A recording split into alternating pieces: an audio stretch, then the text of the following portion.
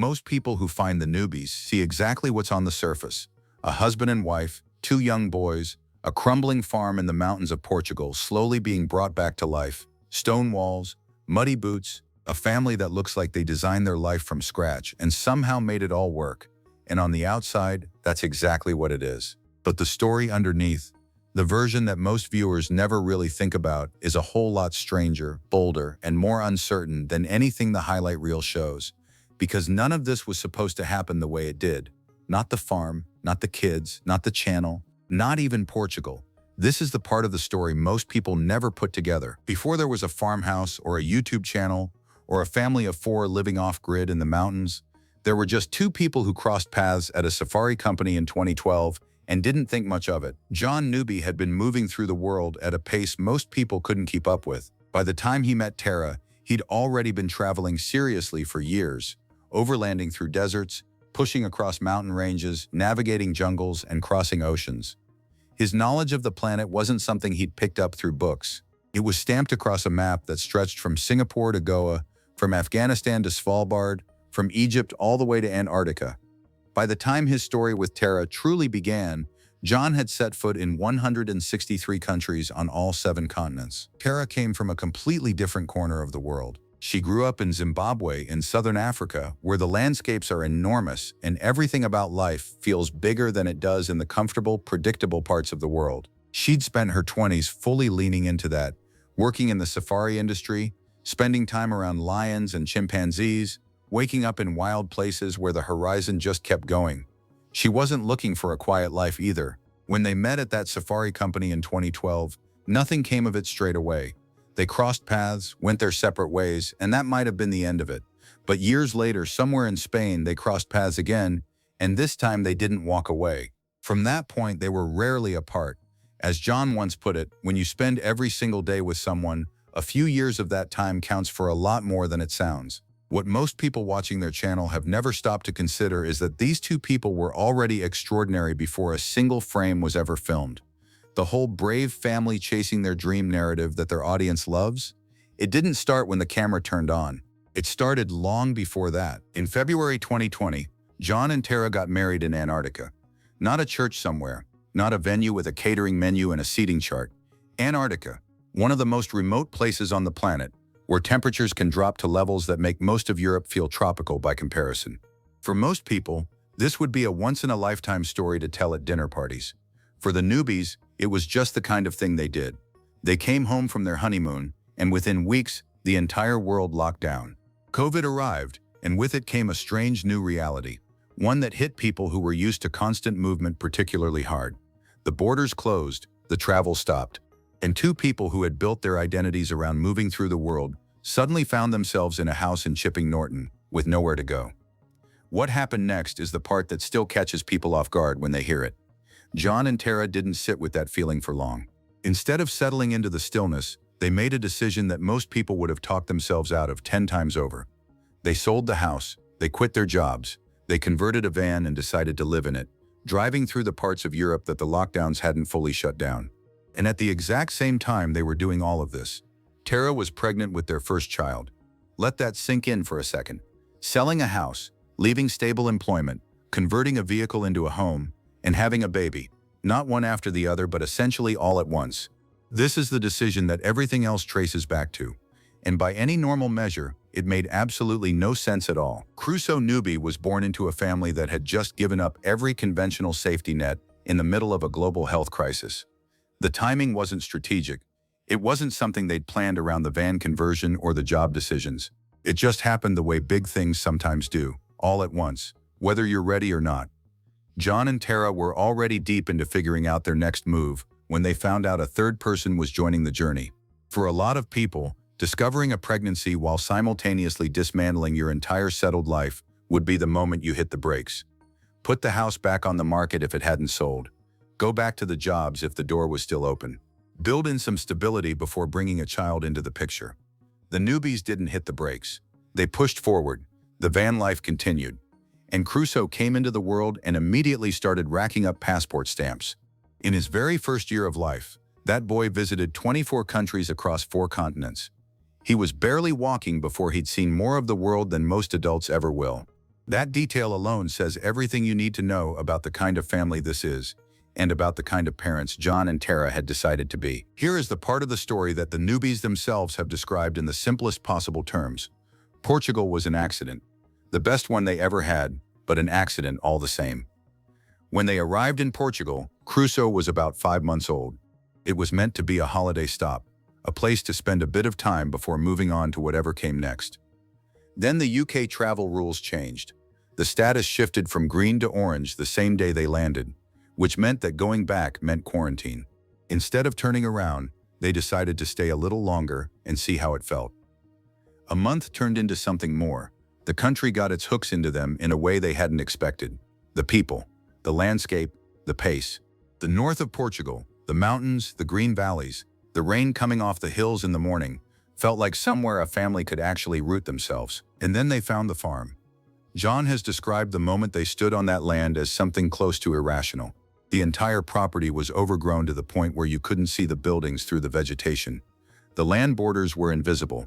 There was no obvious sign of what they were actually buying. Most people would have walked away and come back with a surveyor and a list of serious questions. Instead, standing in the middle of what looked more like a jungle than a homestead, they looked at each other and said, "Let's do it." That is genuinely how it happened. No lengthy deliberation, no months of spreadsheets and pros and cons lists. A farm they couldn't even properly see. Two people who'd already blown up their entire previous life once before. And a decision made on instinct. Portugal, as John put it later, was the best accident that ever happened to them. The content that built the newbies audience is beautiful. There's no other word for it. The cinematography is clean. The storytelling is compelling. And John and Tara have a natural ease in front of a camera that most creators spend years trying to develop. But what you don't see in any given episode is what was happening just outside the frame. In those first months on the farm, the reality was closer to survival than renovation. The property had 4 main structures when they arrived, and not one of them was in a condition that could be called livable without a serious amount of optimism. One building was in genuinely poor shape. One needed a full clean just to be usable. One required substantial work before anyone could sleep in it comfortably. There was no kitchen. John built one himself with a handsaw. No power tools, no professional help, just skill he'd taught himself and a determination to get it done. The results, by everyone's account, were genuinely beautiful, but nobody watching the finished kitchen in a video sees the weeks it took to get there, or what the space looked like before a single board was cut. Then came the rain. The winter that followed their first stretch on the farm brought record-breaking rainfall to Portugal, the kind of sustained, relentless downpour that made the build impossible and the living conditions miserable. Despite all that water falling from the sky, the farm's spring ran dry. They had no water. John was trying to make the main house livable from scratch. Tara was navigating a brand new baby in the form of Sawyer, born mid-project, while also managing their first son, producing video content, and keeping the whole operation running. Sawyer's arrival deserves a moment of acknowledgement here. He was born into a building site, essentially. A farm in the mountains of northern Portugal where his dad was demolishing walls by hand and his mom was running a growing YouTube channel from what was barely a functioning home. Tara and the boys stayed with a friend up the road during the worst of the construction period, while John worked in conditions that most professional contractors would have flagged as unworkable. And through all of it, twice a week, they posted new content. For a channel built around a dream, the idea that ordinary people can choose a different kind of life and build something extraordinary with their own hands. There are limits to how much adversity the audience actually gets to see in real time. The content keeps moving. The narrative keeps building. But 2024 delivered a setback that couldn't be smoothed over in an edit. Their planning application for the stone house, the centerpiece of the whole project, the thing the channel had been building toward, was denied.